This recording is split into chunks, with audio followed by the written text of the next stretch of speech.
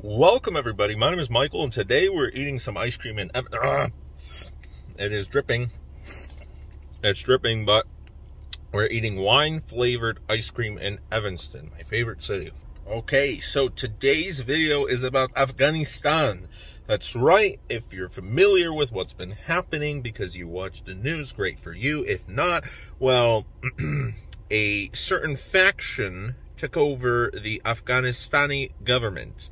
And they're not too great. They have amazing PR, but their reputation isn't so stellar. Everybody knows who we're talking about. They start with T and end in Ban. But, yeah, today we're gonna somehow mix Bitcoin, cryptocurrency, and Afghanistan. I know, it's not gonna fix the situation that's over there, and I'm sure in some ways it can be extremely terrible. It really does depend who you are, and particularly for women, I guess.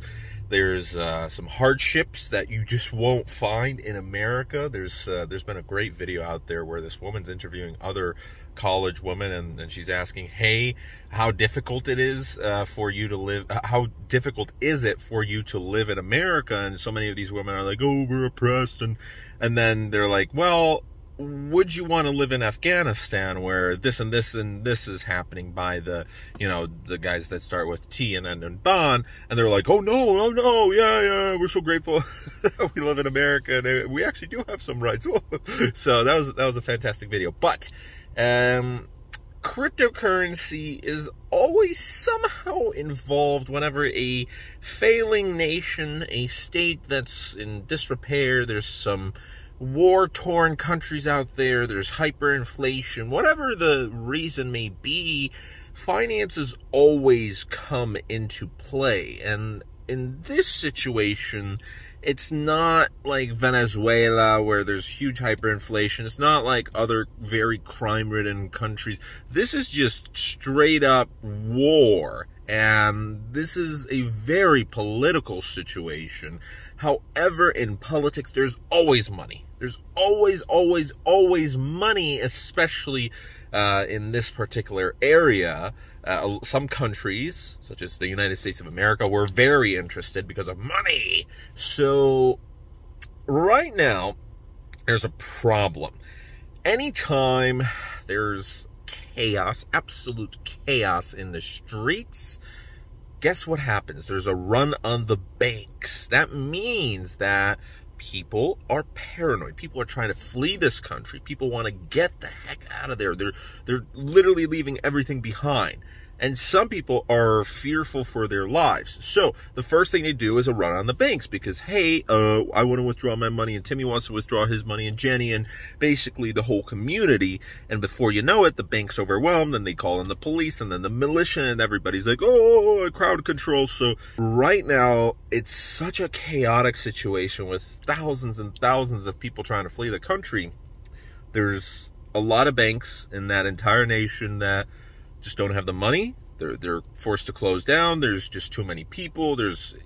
It's almost impossible to get every single, I say dollar because we're in America, but whatever the Afghani currency is, I say that it's very close to impossible to try and get every single piece of currency that you have in your bank until the situation calms down. But we don't know when that's going to happen. We don't know if it's going to get worsened.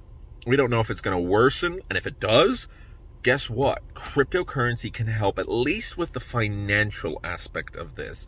Any country that is in chaos, cryptocurrency is yours. No matter what happens, the president fled the country, people are literally being evacuated from their houses.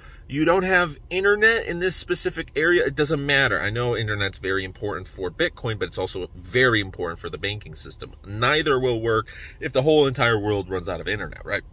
But there's always internet somewhere, and your crypto is stuck in a wallet, as long as it's a cold storage wallet, of course, and it's in a safe, secure spot, just like hopefully your money is, your fiat currency. But as long as it's in a good spot, as soon as you do regain access to internet, you will have access to it. It's not gone. Even if the bank goes bankrupt, there is no banks. I mean, there's companies for cryptocurrency, but you don't have to have a third-party source. That's what I'm trying to say.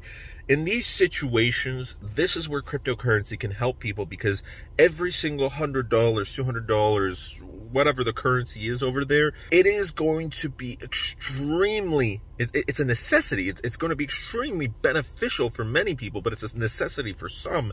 They need that money. They need it to pay for food, for transportation, for clothing, for whatever it is. People who are fleeing the country, some of them left behind all of their money. Some of them left behind their homes, their cars, their everything. So it is a horrible situation that's going on right now.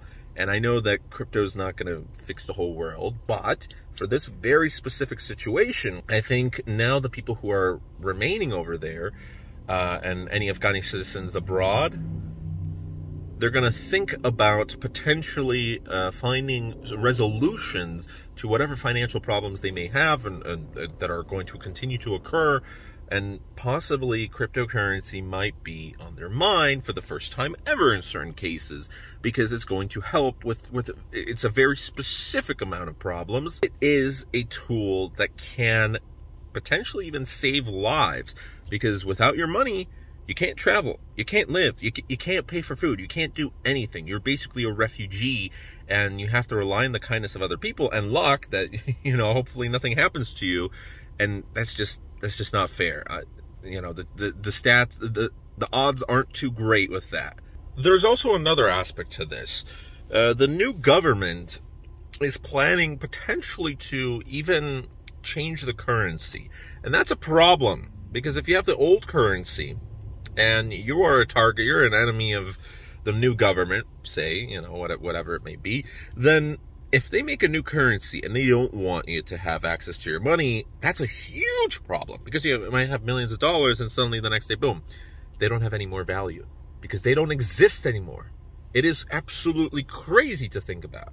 And not only this, but the current government is planning to use the digital infrastructure that has been worked on by the government, the Afghani government, over the past few years, to try and use that data to recognize certain people, what their jobs were, whether they had any Western affiliations.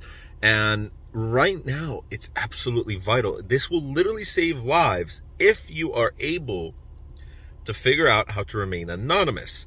And if you are able to remove very many traces, Bitcoin's still going to have traces, and, you know, it's better to use Monero if we really have to get into that argument. But in general, if you know what you're doing, it's going to be easier to stay off the grid with cryptocurrency. Again, if you know what you're doing, and let's say you're fleeing the country, what happened decades before, people would take gold.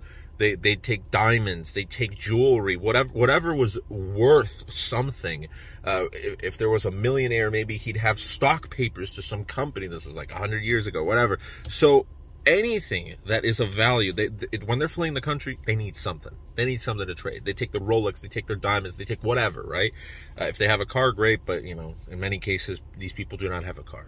They're crossing the desert, they're crossing very treacherous terrain, and it's not a good situation. So it's just easier to have cryptocurrency in some of these situations. Even, for example, gold. If you're sewing gold into your clothes, or you got a gold tooth, or you're trying to hold gold somewhere, you're trying to hide it, what happens if you get robbed? No one can rob you of cryptocurrency, though. And this is another thing, like what a lot of Americans don't even realize, but sure, you can declare to the TSA and all this, but in a lot of cases, you know, if you're transporting a lot of money, this is one of the easiest ways to transport a lot of money without asking too many questions, without raising too many suspicions.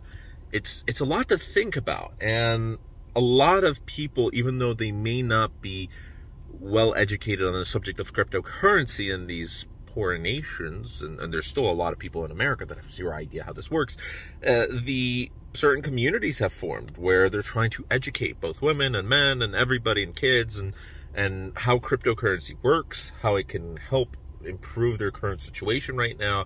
And I think now that it is in a crisis mode, a lot of people will begin to think about, hey, any solution out there.